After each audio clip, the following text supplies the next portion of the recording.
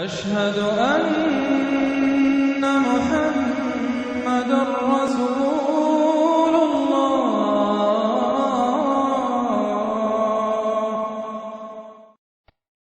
المعارج نام تیسری آیت کے لفظ ذی معارج سے ماخوذ ہے۔ زمانہ نزول اس کے مضامین شہادت دیتے ہیں کہ اس کا نزول بھی قریب قریب انہی حالات میں ہوا ہے جن میں سورہ الحاقہ نازل ہوئی تھی۔ موضوع اور مضمون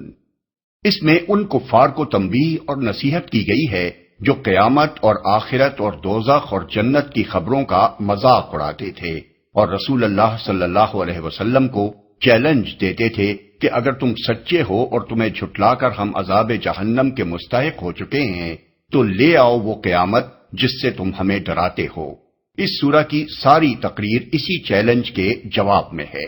ابتدا میں ارشاد ہوا ہے کہ مانگنے والا عذاب مانگتا ہے، وہ عذاب انکار کرنے والوں پر ضرور واقع ہو کر رہے گا، اور جب وہ واقع ہوگا تو اسے کوئی دفع نہ کر سکے گا مگر وہ اپنے وقت پر واقع ہوگا۔ اللہ کے ہاں دیر ہے اندھیر نہیں ہے، لہذا ان کے مذاق اڑانے پر صبر کرو، یہ اسے دور دیکھ رہے ہیں اور ہم اسے قریب دیکھ رہے ہیں۔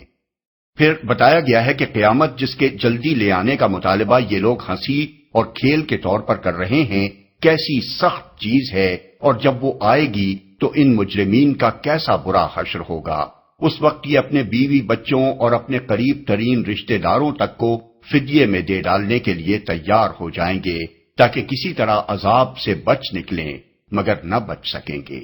اس کے بعد لوگوں کو آگاہ کیا گیا ہے کہ اس روز انسانوں کی قسمت کا فیصلہ سراسر ان کے عقیدے اور اخلاق و اعمال کی بنیاد پر کیا جائے گا۔ جن لوگوں نے دنیا میں حق سے منہ موڑا ہے اور مال سمیٹ سمیٹ کر اور سینت سینت کر رکھا ہے وہ جہنم کے مستحق ہوں گے، اور جنہوں نے یہاں خدا کے عذاب کا خوف کیا ہے، آخرت کو مانا ہے، نماز کی پابندی کی ہے، اپنے مال سے خدا کے محتاج بندوں کا حق ادا کیا ہے، بدکاریوں سے دامن پاک رکھا ہے، امانت میں خیانت نہیں کی ہے، عہد و پیمان اور قول و قرار کا پاس کیا ہے، اور گواہی میں راست بازی پر قائم رہے ہیں، وہ جنت میں عزت کی جگہ پائیں گے۔ آخر میں مکے کے ان کفار کو جو رسول اللہ صلی اللہ علیہ وسلم کو دیکھ کر آپ کا مذاق اڑانے کے لیے چاروں طرف سے ٹوٹے پڑتے تھے خبردار کیا گیا ہے کہ اگر تم نہ مانو گے تو اللہ تعالیٰ تمہاری جگہ دوسرے لوگوں کو لے آئے گا، اور رسول اللہ صلی اللہ علیہ وسلم کو تلقین کی گئی ہے کہ ان کے تمسخر کی پرواہ نہ کریں، یہ اگر قیامت ہی کی ذلت دیکھنے پر مصر ہیں تو انہیں اپنے بیہودہ مشغلوں میں پڑا رہنے دیں، اپنا برا انجام یہ خود دیکھ لیں گے۔ بسم اللہ الرحمن الرحیم۔ شروع اللہ کے نام سے جو رحمان و رحیم ہے۔ سأل سائل بعذاب واقع للكافرین لیس له دافع من اللہ ذی المعارج۔ مانگنے والے نے عذاب مانگا ہے، وہ عذاب جو ضرور واقع ہونے والا ہے، کافروں کے لیے ہے، کوئی اسے دفع کرنے والا نہیں، اس خدا کی طرف سے ہے جو عروج کے زینوں کا مالک ہے۔ عذاب مانگا ہے اصل الفاظ ہیں سأل سائل۔ بعض مفسرین نے یہاں سوال کو پوچھنے کے معنی میں لیا ہے، اور وہ آیت کا مطلب یہ بیان کرتے ہیں کہ پوچھنے والے نے پوچھا ہے کہ وہ عذاب جس کی ہمیں خبر دی جا رہی ہے کس پر واقع ہوگا، اور اللہ تعالیٰ نے اس کا جواب یہ دیا ہے کہ وہ کافروں پر واقع ہوگا۔ لیکن اکثر مفسرین نے اس جگہ سوال کو مانگنے اور مطالبہ کرنے کے معنی میں لیا ہے۔ نسائی اور دوسرے محدثین نے ابن عباس رضی اللہ عنہ سے یہ روایت نقل کی ہے، اور حاکم نے اس کو صحیح قرار دیا ہے کہ نضر بن حارث بن کلدہ نے کہا تھا اللہم ان کان ھذا ھو الحق من عندک فامطر علینا حجارۃ من السماء او ائتنا بعذاب علیم۔ سورہ الانفال آیت 32۔ یعنی خدایا اگر یہ واقعی تیری ہی طرف سے حق ہے تو ہم پر آسمان سے پتھر برسا دے یا ہم پر دردناک عذاب لے آ۔ اس کے علاوہ متعدد مقامات پر قرآن مجید میں کفار مکہ کے اس چیلنج کا ذکر کیا گیا ہے کہ جس عذاب سے تم ہمیں ڈراتے ہو وہ لے کیوں نہیں آتے۔ مثال کے طور پر حسب ذیل مقامات ملاحظہ ہوں: سورہ یونس آیات 46 تا 48، سورہ الانبیاء آیات 36 تا 41، سورہ النمل آیات 67 تا 72، سورہ سبا آیات 26 تا 30، سورہ یاسین آیات 45 تا 52، سورہ الملک آیات 24 تا 27۔ عروج کے زینوں کا مالک ہے۔ اصل میں لفظ ذی المعارج استعمال ہوا ہے۔ معارج معرج کی جمع ہے جس کے معنی زینے یا سیڑھی یا ایسی چیز کے ہیں جس کے ذریعے سے اوپر چڑھا جائے۔ اللہ تعالیٰ کو معارج والا کہنے کا مطلب یہ ہے کہ اس کی ذات بہت بالا و برتر ہے اور اس کے حضور باریاب ہونے کے لیے فرشتوں کو پے در پے بلندیوں سے گزرنا ہوتا ہے، جیسا کہ بعد والی آیت میں بیان فرمایا گیا ہے۔ تعرج الملائكة والروح إليه في يوم كان مقداره 50,000 سنة فاصبر صبرا جميلا۔ ملائکہ اور روح اس کے حضور چڑھ کر جاتے ہیں ایک ایسے دن میں جس کی مقدار 50,000 سال ہے، پس اے نبی صبر کرو شائستہ صبر۔ ملائکہ اور روح سے مراد جبریل علیہ السلام ہیں اور ملائکہ سے الگ ان کا ذکر ان کی عظمت پر دلالت کرتا ہے۔ سورہ شعراء میں فرمایا گیا ہے کہ نزل بہ الروح الامین علی قلبک، یعنی اس قرآن کو روح امین لے کر تمہارے دل پر نازل ہوئے ہیں۔ اور سورہ بقرہ میں ارشاد ہوا ہے قل من کان عدوا لجبریل فانہ نزلہ علی قلبک، یعنی کہو کہ جو شخص جبریل کا اس لیے دشمن ہو کہ اس نے یہ قرآن تمہارے قلب پر نازل کیا ہے الی آخرہ۔ ان دونوں آیتوں کو ملا کر پڑھنے سے معلوم ہو جاتا ہے کہ روح سے مراد جبریل ہی ہیں۔ اس کے حضور چڑھ کر جاتے ہیں۔ یہ سارا مضمون متشابہات میں سے ہے جس کے معنی متعین نہیں کیے جا سکتے۔ ہم نہ فرشتوں کی حقیقت جانتے ہیں نہ ان کے چڑھنے کی کیفیت کو سمجھ سکتے ہیں، نہ یہ بات ہمارے ذہن کی گرفت میں آ سکتی ہے کہ وہ زینے کیسے ہیں جن پر فرشتے چڑھتے ہیں، اور اللہ تعالیٰ کے بارے میں بھی یہ تصور نہیں کیا جا سکتا کہ وہ کسی خاص مقام پر رہتا ہے، کیونکہ اس کی ذات زمان و مکان کی قیود سے منزہ ہے، جس کی مقدار 50,000 سال ہے۔ سورہ حج آیت 47 میں ارشاد ہوا ہے یہ لوگ تم سے عذاب کے لیے جلدی مچا رہے ہیں، اللہ ہرگز اپنے وعدے کے خلاف نہ کرے گا، مگر تیرے رب کے ہاں کا ایک دن تمہارے شمار کے 1000 برس کے برابر ہوا کرتا ہے۔ سورہ السجدہ آیت 5 میں فرمایا گیا ہے وہ آسمان سے زمین تک دنیا کے معاملات کی تدبیر کرتا ہے، پھر اس کی رودات اوپر اس کے حضور جاتی ہے ایک ایسے دن میں جس کی مقدار تمہارے شمار سے 1000 سال ہے۔ اور یہاں عذاب کے مطالبے کے جواب میں اللہ تعالیٰ کے ایک دن کی مقدار 50,000 سال بتائی گئی ہے۔ پھر رسول اللہ صلی اللہ علیہ وسلم کو تلقین کی گئی ہے کہ جو لوگ مذاق کے طور پر عذاب کا مطالبہ کر رہے ہیں ان کی باتوں پر صبر کریں، اور اس کے بعد فرمایا گیا ہے کہ یہ لوگ اس کو دور سمجھتے ہیں اور ہم اسے قریب دیکھ رہے ہیں۔ ان سب ارشادات پر مجموعی نگاہ ڈالنے سے یہ بات واضح ہو جاتی ہے کہ لوگ اپنے ذہن اور اپنے دائرۂ فکر و نظر کی تنگی کے باعث خدا کے معاملات کو اپنے وقت کے پیمانوں سے ناپتے ہیں، اور انہیں 150 برس کی مدت بھی بڑی لمبی محسوس ہوتی ہے، لیکن اللہ تعالیٰ کے ہاں ایک ایک اسکیم 1000 سال اور 50 ہزار سال کی ہوتی ہے، اور یہ مدت بھی محض بطور مثال ہے، ورنہ کائناتی منصوبے لاکھوں اور کروڑوں اور اربوں سال کے بھی ہوتے ہیں۔ انہی منصوبوں میں سے ایک اہم منصوبہ وہ ہے جس کے تحت زمین پر نوع انسانی کو پیدا کیا گیا ہے، اور اس کے لیے ایک وقت مقرر کر دیا گیا ہے کہ فلاں ساعت خاص تک یہاں اس نوع کو کام کرنے کا موقع دیا جائے گا۔ کوئی انسان یہ نہیں جان سکتا کہ یہ منصوبہ کب شروع ہوا، کتنی مدت اس کی تکمیل کے لیے طے کی گئی ہے، کون سی ساعت اس کے اختتام کے لیے مقرر کی گئی ہے، جس پر قیامت برپا کی جائے گی، اور کون سا وقت اس غرض کے لیے رکھا گیا ہے کہ آغاز آفرینش سے قیامت تک پیدا ہونے والے سارے انسانوں کو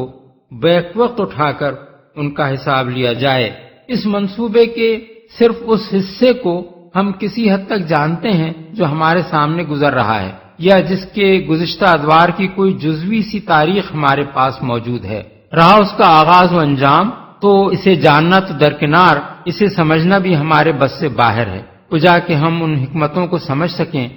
جو اس کے پیچھے کام کر رہی ہیں۔ اب جو لوگ یہ مطالبہ کرتے ہیں کہ اس منصوبے کو ختم کر کے اس کا انجام فوراً ان کے سامنے لے آیا جائے، اور اگر ایسا نہیں کیا جاتا تو اسے اس بات کی دلیل قرار دیتے ہیں کہ انجام کی بات ہی سرے سے غلط ہے، وہ در حقیقت اپنی ہی نادانی کا ثبوت پیش کرتے ہیں۔ صبر کرو، شائستہ صبر، یعنی ایسا صبر جو ایک عالی ظرف انسان کے شایان نشان ہے۔ إنهم يرونه بعيدا ونراه قريبا يوم تكون السماء كالمهل وتكون الجبال كالعهن ولا يسأل حميم حميما يبصرونهم يود المجرم لو يفتدي من عذاب يومئذ ببنيه وصاحبته وأخيه وفصيلته التي تؤويه ومن في الأرض جميعا ثم ينجيه۔ یہ لوگ اسے دور سمجھتے ہیں اور ہم اسے قریب دیکھ رہے ہیں۔ وہ عذاب اس روز ہوگا جس روز آسمان پگھلی ہوئی چاندی کی طرح ہو جائے گا اور پہاڑ رنگ برنگ کے دھنکے ہوئے اون جیسے ہو جائیں گے، اور کوئی جگری دوست اپنے جگری دوست کو نہ پوچھے گا حالانکہ وہ ایک دوسرے کو دکھائے جائیں گے۔ مجرم چاہے گا کہ اس دن کے عذاب سے بچنے کے لیے اپنی اولاد کو، اپنی بیوی کو، اپنے بھائی کو، اپنے قریب ترین خاندان کو جو اسے پناہ دینے والا تھا، اور روئے زمین کے سب لوگوں کو فدیہ میں دے دے، اور یہ تدبیر اسے نجات دلا دے۔ اسے قریب دیکھ رہے ہیں۔ اس کے دو مطلب ہو سکتے ہیں، ایک یہ کہ یہ لوگ اسے بعید از امکان سمجھتے ہیں اور ہمارے نزدیک وہ قریب الوقوع ہے۔ دوسرا مطلب یہ بھی ہو سکتا ہے کہ یہ لوگ قیامت کو بڑی دور کی چیز سمجھتے ہیں اور ہماری نگاہ میں وہ اس قدر قریب ہے گویا کل پیش آنے والی ہے۔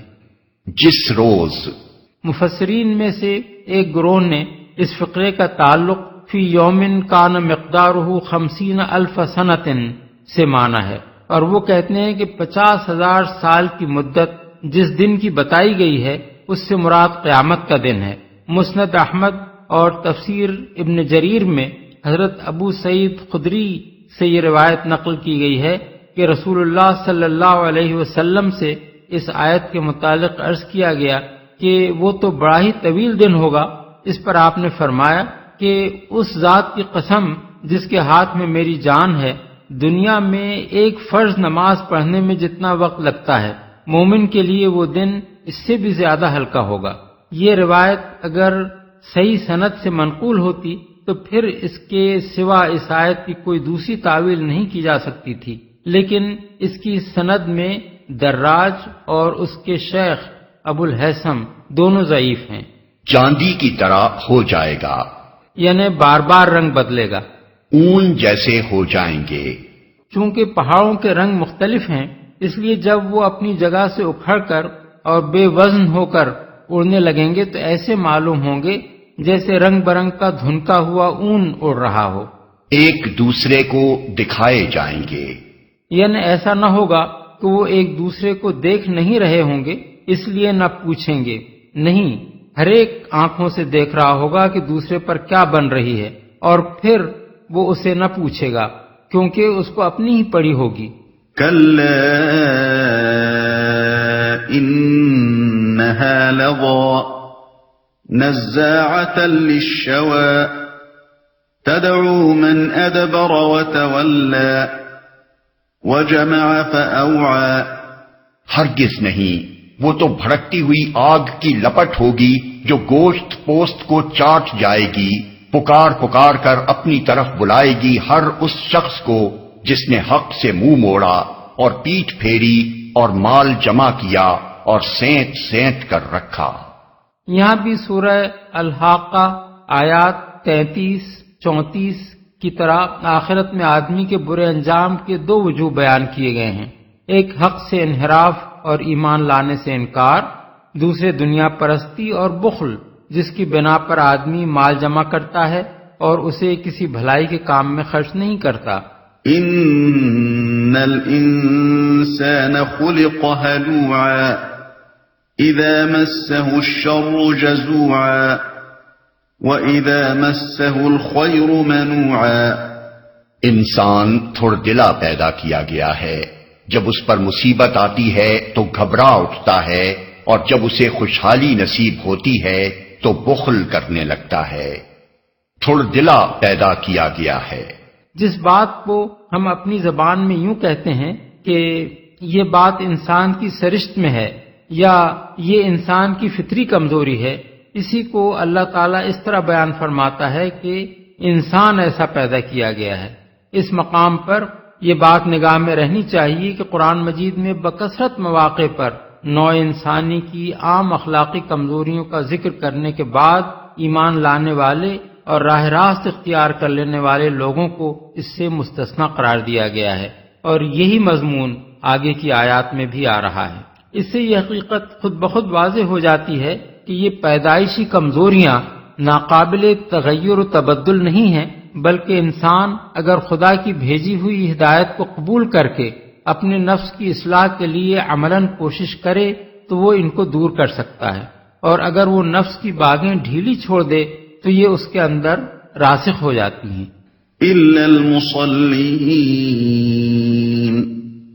الذين هم على صلاتهم دائمون والذين في أموالهم حق معلوم للسائل والمحروم والذين يصدقون بيوم الدين والذين هم من عذاب ربهم مشفقون إن عذاب ربهم غير مأمون مگر وہ لوگ اس عیب سے بچے ہوئے ہیں جو نماز پڑھنے والے ہیں، جو اپنی نماز کی ہمیشہ پابندی کرتے ہیں، جن کے مالوں میں سائل اور محروم کا ایک مقرر حق ہے، جو روز جزا کو برحق مانتے ہیں، جو اپنے رب کے عذاب سے ڈرتے ہیں، کیونکہ ان کے رب کا عذاب ایسی چیز نہیں ہے جس سے کوئی بے خوف ہو۔ نماز پڑھنے والے ہیں۔ کسی شخص کا نماز پڑھنا لازماً یہ معنی رکھتا ہے کہ وہ اللہ اور اس کے رسول اور اس کی کتاب اور آخرت پر ایمان بھی رکھتا ہے اور اپنے اس ایمان کے مطابق عمل بھی کرنے کی کوشش کر رہا ہے۔ پابندی کرتے ہیں، یعنی کسی قسم کی سستی اور آرام طلبی یا مصروفیت یا دلچسپی ان کی نماز کی پابندی میں مانے نہیں ہوتی۔ جب نماز کا وقت آ جائے تو وہ سب کچھ چھوڑ چھاڑ کر اپنے خدا کی عبادت بجا لانے کے لیے کھڑے ہو جاتے ہیں۔ علی صلاتہم دائمون کے ایک اور مضمون حضرت عقبہ بن عامر نے یہ بیان کیے ہیں کہ وہ پورے سکون اور خشوع کے ساتھ نماز ادا کرتے ہیں، کوے کی طرح ٹھونگے نہیں مارتے، مارا مار پڑھ کر کسی نہ کسی طرح نماز سے فارغ ہو جانے کی کوشش نہیں کرتے، اور نماز کے دوران میں ادھر ادھر التفات بھی نہیں کرتے۔ عربی محاورے میں ٹھہرے ہوئے پانی کو ماء دائم کہا جاتا ہے، اسی سے یہ تفسیر ماخوذ ہے۔ ایک مقرر حق ہے۔ سورہ زاریات آیت 19 میں فرمایا گیا ہے کہ ان کے مالوں میں سائل اور محروم کا حق ہے، اور یہاں فرمایا گیا ہے کہ ان کے مالوں میں سائل اور محروم کا ایک مقرر حق ہے۔ بعض لوگوں نے اس سے یہ سمجھا ہے کہ مقرر حق سے مراد فرض زکوٰۃ ہے، کیونکہ اسی میں نصاب اور شرح دونوں چیزیں مقرر کر دی گئی ہیں۔ لیکن یہ تفسیر اس بنا پر قابل قبول نہیں ہے کہ سورہ معارج بالاتفاق مکی ہے اور زکوٰۃ ایک مخصوص نصاب اور شرح کے ساتھ مدینہ میں فرض ہوئی ہے۔ اس لیے مقرر حق کا صحیح مطلب یہ ہے کہ انہوں نے خود اپنے مالوں میں سائل اور محروم کا ایک حصہ طے کر رکھا ہے جسے وہ ان کا حق سمجھ کر ادا کرتے ہیں۔ یہی معنی حضرت عبداللہ بن عباس، حضرت عبداللہ بن عمر، مجاہد، شعبی اور ابراہیم نخعی نے بیان کیے ہیں۔ سائل سے مراد پیشہ ور بھیک مانگنے والا نہیں بلکہ وہ حاجت مند شخص ہے جو کسی سے مدد مانگے، اور محروم سے مراد ایسا شخص ہے جو بے روزگار ہو یا روزی کمانے کی کوشش کرتا ہو مگر اس کی ضروریات پوری نہ ہوتی ہوں، یا کسی حادثے یا آفت کا شکار ہو کر محتاج ہو گیا ہو یا روزی کمانے کے قابل ہی نہ ہو۔ ایسے لوگوں کے متعلق جب معلوم ہو جائے کہ وہ واقعی محروم ہیں تو ایک خدا پرست انسان اس بات کا انتظار نہیں کرتا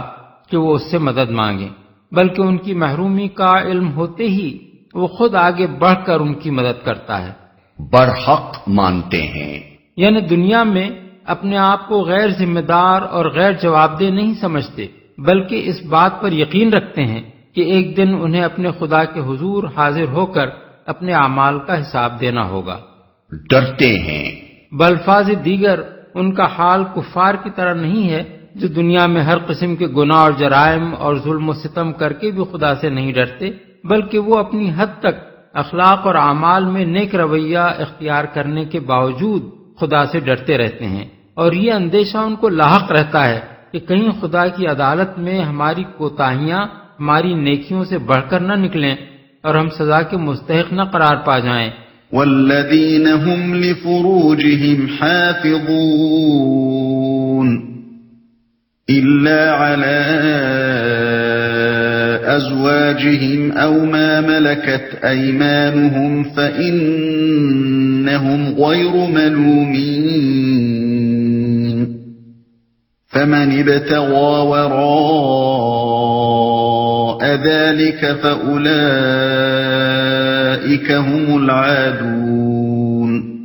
جو اپنی شرمگاہوں کی حفاظت کرتے ہیں بجز اپنی بیویوں یا اپنی مملوکہ عورتوں کے جن سے محفوظ نہ رکھنے میں ان پر کوئی ملامت نہیں، البتہ جو اس کے علاوہ کچھ اور چاہیں وہی حد سے تجاوز کرنے والے ہیں، حفاظت کرتے ہیں۔ شرمگاہوں کی حفاظت سے مراد زنا سے پرہیز بھی ہے اور عریانی سے پرہیز بھی۔ والذین هم لأماناتهم وعهدهم راعون والذین هم بشهاداتهم قائمون والذین هم على صلاتهم يحافظون أولئك في جنات مکرمون۔ جو اپنی امانتوں کی حفاظت اور اپنے عہد کا پاس کرتے ہیں، جو اپنی گواہیوں میں راست بازی پر قائم رہتے ہیں اور جو اپنی نماز کی حفاظت کرتے ہیں، یہ لوگ عزت کے ساتھ جنت کے باغوں میں رہیں گے۔ عہد کا پاس کرتے ہیں، امانتوں سے مراد وہ امانتیں بھی ہیں جو اللہ تعالیٰ نے بندوں کے سپرد کی ہیں، اور وہ امانتیں بھی جو انسان کسی دوسرے انسان پر اعتماد کر کے اس کے حوالے کرتا ہے۔ اسی طرح عہد سے مراد وہ عہد بھی ہیں جو بندہ اپنے خدا سے کرتا ہے اور وہ عہد بھی جو بندے ایک دوسرے سے کرتے ہیں۔ ان دونوں قسم کی امانتوں اور دونوں قسم کے عہد و پیمان کا پاس و لحاظ ایک مومن کی سیرت کے لازمی خصائص میں سے ہے۔ حدیث میں حضرت انس رضی اللہ عنہ کی روایت ہے کہ رسول اللہ صلی اللہ علیہ وسلم ہمارے سامنے جو تقریر بھی فرماتے اس میں یہ بات ضرور ارشاد فرمایا کرتے تھے کہ الا لا ایمان لمن لا امانت لہ ولا دین لمن لا عہد لہ،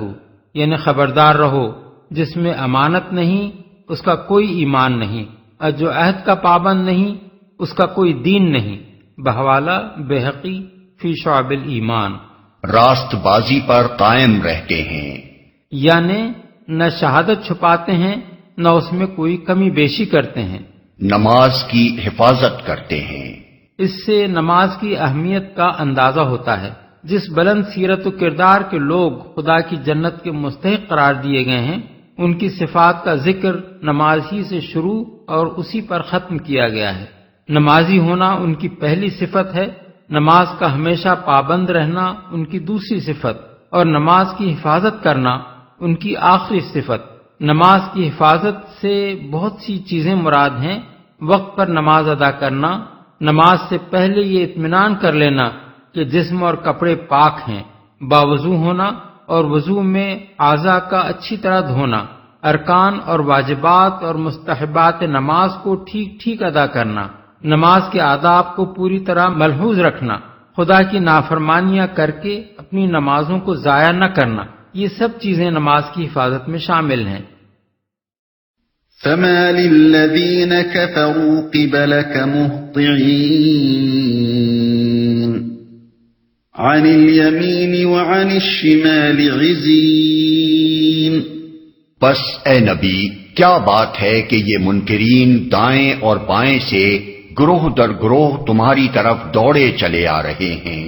یہ ان لوگوں کا ذکر ہے جو نبی صلی اللہ علیہ وسلم کی دعوت و تبلیغ اور تلاوت قرآن کی آواز سن کر مذاق اڑانے اور آوازیں کسنے کے لیے چاروں طرف سے دوڑ پڑتے تھے۔ أَيَطْمَعُ كُلُّ امْرِئٍ مِّنْهُمْ أَن يُدْخَلَ جَنَّةَ نَعِيمٍ كَلَّا إِنَّا خَلَقْنَاهُم مِّمَّا يَعْلَمُونَ۔ کیا ان میں سے ہر ایک یہ لالچ رکھتا ہے کہ وہ نعمت بھری جنت میں داخل کر دیا جائے گا؟ ہرگز نہیں، ہم نے جس چیز سے ان کو پیدا کیا ہے اسے یہ خود جانتے ہیں، داخل کر دیا جائے گا۔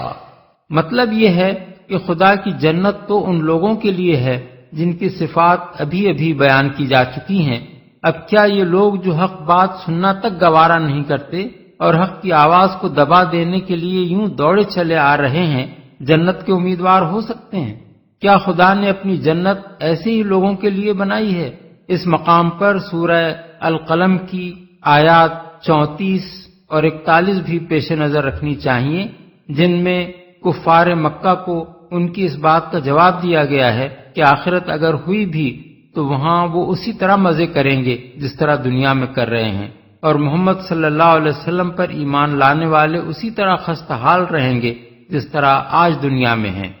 اسے یہ خود جانتے ہیں۔ اس مقام پر اس فقرے کے دو معنی ہو سکتے ہیں۔ مضمون سابق کے ساتھ اس کا تعلق مانا جائے تو مطلب یہ ہوگا کہ جس مادے سے یہ لوگ بنے ہیں اس کے لحاظ سے تو سب انسان یکساں ہیں۔ اگر وہ مادہ ہی انسان کے جنت میں جانے کا سبب ہو تو نیک و بد، ظالم و عادل، مجرم اور بے گناہ سبھی کو جنت میں جانا چاہیے، لیکن معمولی عقل ہی یہ فیصلہ کرنے کے لیے کافی ہے کہ جنت کا استحقاق انسان کے مادہ تخلیق کی بنا پر نہیں بلکہ صرف اس کے اوصاف کے لحاظ سے پیدا ہو سکتا ہے۔ اور اگر اس فقرے کو بعد کے مضمون کی تمہید سمجھا جائے تو اس کا مطلب یہ ہے کہ یہ لوگ اپنے آپ کو ہمارے عذاب سے محفوظ سمجھ رہے ہیں اور جو شخص انہیں ہماری پکڑ سے ڈراتا ہے اس کا مذاق اڑاتے ہیں، حالانکہ ہم ان کو دنیا میں بھی جب چاہیں عذاب دے سکتے ہیں اور موت کے بعد دوبارہ زندہ کر کے بھی جب چاہیں اٹھا سکتے ہیں۔ یہ خود جانتے ہیں کہ نطفے کی ایک حقیر سی بوند سے ان کی تخلیق کی ابتدا کر کے ہم نے ان کو چلتا پھرتا انسان بنایا ہے۔ اگر اپنی اس خلقت پر یہ غور کرتے تو انہیں کبھی یہ غلط فہمی لاحق نہ ہوتی کہ اب یہ ہماری گرفت سے باہر ہو گئے ہیں یا ہم انہیں دوبارہ پیدا کرنے پر قادر نہیں ہیں۔ فلا اقسم برب المشارق والمغارب إنا لقادرون على أن نبدل خيرا منهم وما نحن بمسبوقين۔ پس نہیں میں قسم کھاتا ہوں مشرقوں اور مغربوں کے مالک کی، ہم اس پر قادر ہیں کہ ان کی جگہ ان سے بہتر لوگ لے آئیں، اور کوئی ہم سے بازی لے جانے والا نہیں ہے۔ پس نہیں، یعنی بات وہ نہیں ہے جو انہوں نے سمجھ رکھی ہے، مشرقوں اور مغربوں کے مالک کی۔ یہاں اللہ تعالیٰ نے خود اپنی ذات کی قسم کھائی ہے۔ مشرقوں اور مغربوں کا لفظ اس بنا پر استعمال کیا گیا ہے کہ سال کے دوران میں سورج ہر روز ایک نئے زاویے سے طلوع اور نئے زاویے پر غروب ہوتا ہے، نیز زمین کے مختلف حصوں پر سورج الگ الگ اوقات میں پے در پے طلوع اور غروب ہوتا چلا جاتا ہے۔ ان اعتبارات سے مشرق اور مغرب ایک نہیں ہیں بلکہ بہت سے ہیں۔ ایک دوسرے اعتبار سے شمال اور جنوب کے مقابلے میں ایک جہت مشرق ہے اور دوسری جہت مغرب۔ اس بنا پر سورہ شعراء آیت 28 اور سورہ مزمل آیت 19 میں رب المشرق والمغرب کے الفاظ استعمال ہوئے ہیں۔ ایک اور لحاظ سے زمین کے 2 مشرق اور 2 مغرب ہیں، کیونکہ جب زمین کے ایک نصف کرے پر سورج غروب ہوتا ہے تو دوسرے پر طلوع ہوتا ہے۔ اس بنا پر سورہ رحمان آیت 17 میں رب المشرقین و رب المغربین کے الفاظ استعمال فرمائے گئے ہیں۔ بازی لے جانے والا نہیں ہے۔ یہ ہے وہ بات جس پر اللہ تعالیٰ نے اپنے رب المشارق والمغارب ہونے کی قسم کھائی ہے۔ اس کے معنی یہ ہیں کہ ہم چونکہ مشرقوں اور مغربوں کے مالک ہیں، اس لیے پوری زمین ہمارے قبضہ قدرت میں ہے اور ہماری گرفت سے بچ نکلنا تمہارے بس میں نہیں ہے۔ ہم جب چاہیں تمہیں ہلاک کر سکتے ہیں اور تمہاری جگہ کسی دوسری قوم کو اٹھا سکتے ہیں جو تم سے بہتر ہو۔ فَذَرْهُمْ يَخُوضُوا وَيَلْعَبُوا حَتَّى يُلَاقُوا يَوْمَهُمُ الَّذِي يُوعَدُونَ يَوْمَ يَخْرُجُونَ مِنَ الْأَجْدَاثِ سِرَاعًا كَأَنَّهُمْ إِلَى نُصُبٍ يُوفِضُونَ خَاشِعَةً أَبْصَارُهُمْ تَرْهَقُهُمْ ذِلَّةٌ ذَلِكَ الْيَوْمُ الَّذِي كَانُوا يُوعَدُونَ لہذا انہیں اپنی بیہودہ باتوں اور اپنے کھیل میں پڑا رہنے دو، یہاں تک کہ یہ اپنے اس دن کو پہنچ جائیں جس کا ان سے وعدہ کیا جا رہا ہے، جب یہ اپنی قبروں سے نکل کر اس طرح دوڑے جا رہے ہوں گے جیسے اپنے بتوں کے استھانوں کی طرف دوڑ رہے ہوں۔ ان کی نگاہیں جھکی ہوئی ہوں گی، ذلت ان پر چھا رہی ہوگی۔ وہ دن ہے جس کا ان سے وعدہ کیا جا رہا ہے، استھانوں کی طرف دوڑ رہے ہوں۔ اصل الفاظ ہیں الی نصب یوفزون۔ نصب کے معنی میں مفسرین کے درمیان اختلاف ہے۔ ان میں سے بعض نے اس سے مراد بت لیے ہیں اور ان کے نزدیک اس کا مطلب یہ ہے کہ وہ داور محشر کی مقرر کی ہوئی جگہ کی طرف اس طرح دوڑے چلے جا رہے ہوں گے جیسے آج وہ اپنے بتوں کے استھانوں کی طرف دوڑتے ہیں، اور بعض دوسرے مفسرین نے اس سے مراد وہ نشان لیے ہیں جو دوڑ کا مقابلہ کرنے والوں کے لیے لگائے جاتے ہیں تاکہ ہر ایک دوسرے سے پہلے مقرر نشان پر پہنچنے کی کوشش کرے۔